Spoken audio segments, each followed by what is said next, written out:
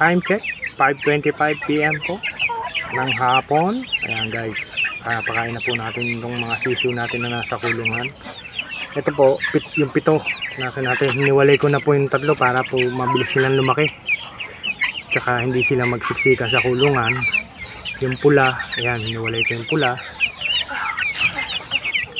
Tapos ito yung mga puti. Ayan guys. Ayan.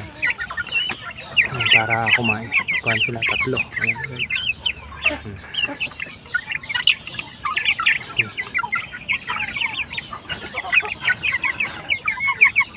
Ayan, dito na naman itong mga to. Ayan, dito naman sila. Tapos ito naman yung ating sisiw na 15. Dito ko sineparate yung 8. Ayan, malalaki na rin sila. Bilis nila lumaki pag sineseparate nyo yung kuhan, para sineseparate sila. Kung marami sila, mas mabilis silang umibag. Ayan guys, ano, ganda lalo to, laki ayan yung puti, bilis na lumaki. Ayan guys,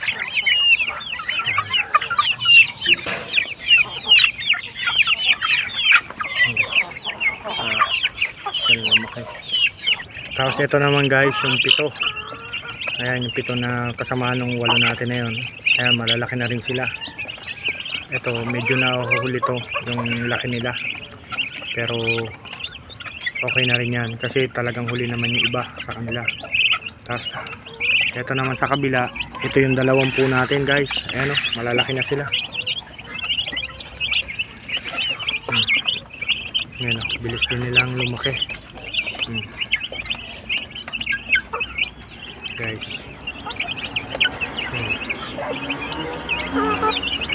yung huling papisa natin ng Mayo. Ayan, ito na sila. Ayan, malaki na. Siyempre, laking Thunderbird, baby stag booster rumble. Ayan, yan ang nagpapawalaki sa kanila. Baka naman Thunderbird.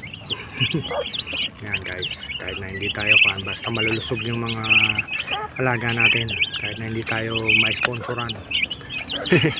Yan, mahalaga lumaki muna sila. Tsaka natin sila i-organic pag ang makahalaga, makapag-build up muna sila ng katawan, tsaka yung health nila maging ayos. Yan guys, yan, laki na.